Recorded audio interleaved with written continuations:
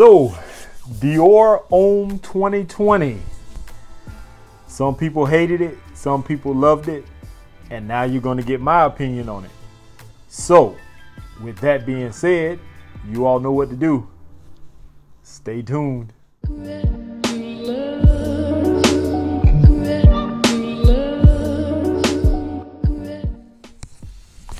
So, like I said in the intro, Dior Homme 2020. Some people despised it even before they got their noses on it. And I guess one of the things that comes with when a company does some revamping or reformulation of fragrances, especially people's favorite fragrances or favorite notes in fragrances, you're going to get some backlash. You're going to get pushback. And I get it.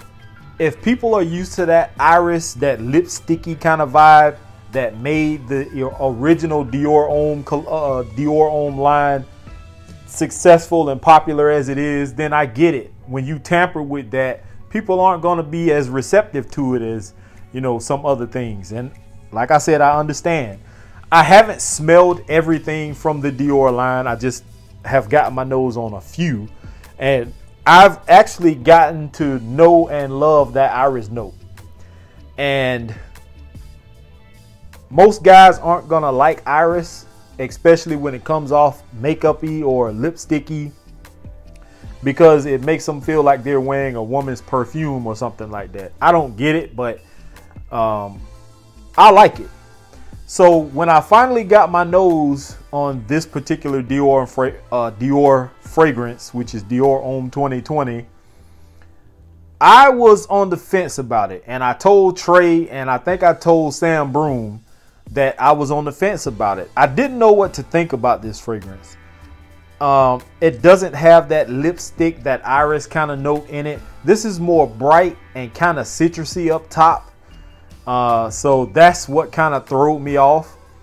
But I think with time, I can learn to like this fragrance. And I think that's what a lot of people have to learn these days is you may not want to accept it, but you have to respect certain things for what they are. And being that Dior has went down a different path than the usual, you have to respect it. You don't have to like it. You don't have to accept it, but you do have to respect it.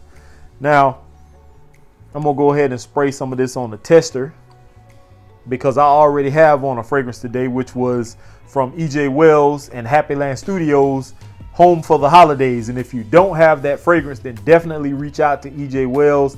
See if you can get a decant or a sample of it first, because you never know, you may not like it. It does have a note of coffee in it, which is prominent, and it does have a little sweetness to it, but very good fragrance, long lasting, and I like it. So let's go ahead and get this on a tester strip. And as you know, Dior with that nice atomizer, yeah, up top you get a strong citrus, and I believe that is, it's gonna have to be like lemon, lime, or bergamot. I believe bergamot. I think there's some pink pepper, some elemi, and I'm gonna put somewhere on the screen at some point in time here the main accords in this fragrance. There's some cashmere wood, some atlas cedar, patchouli. I think Ashton said there was like some ISO E super in this. Definitely some vetiver. I do pick that up. There's a musky aspect to this also, like maybe some white musk or something like that. It's not bad. If you like citrus type fragrances, if you like fresh,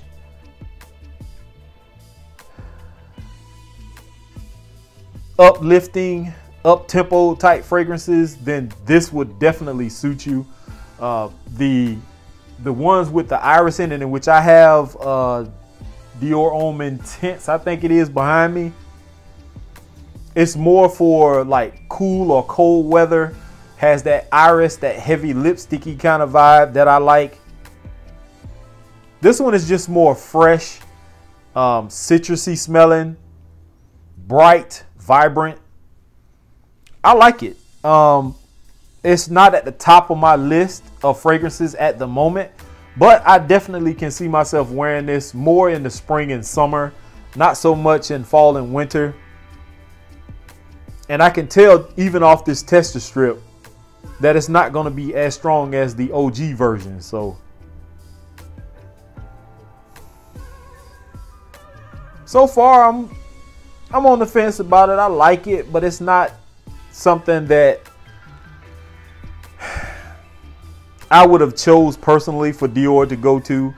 But like I said, I can respect the game. They know what they're doing. They're making money. They've been successful this far, so maybe it'll hit, maybe it won't. Who's to say? This is just my personal opinion.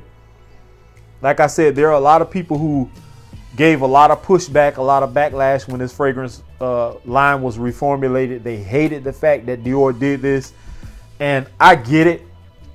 But hey, at least they stepped out on faith and they're trying something different from the norm. They're not going with the same old, same old. They're not following the same DNA of this sweet, bubblegummy, Invictus-y, 1 million-y type vibe. They're doing their own thing.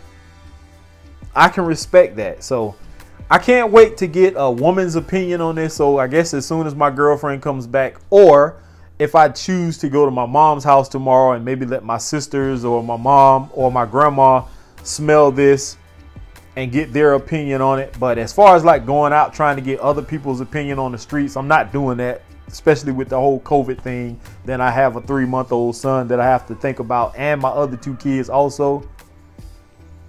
But it's not a bad fragrance. I definitely suggest you going to like your local Ulta or Sephora or anywhere that's still allowing you to smell fragrances or spray fragrances. Get your nose on it first before you make this hefty investment, because these are not cheap. But with that being said, I'm not going to hold you guys too much longer. Not a bad fragrance. I like the OG better. I'm going to just go ahead and say that, put that out there now. But who knows? I might change my mind on this. So hopefully this gave you guys some insight on Dior Homme 2020 from a lower tier perspective. I know you guys will watch those top tier guys and they give their opinions, and some people trust those guys' opinion, some people don't. I get it. Somebody like me who may be a little more relatable, who works the everyday 9-to-5 job, who don't have everything. Some people tend to lean more towards believing what I say. So whatever the case may be, thank you all for tuning in. Here is to smelling great. Peace, y'all.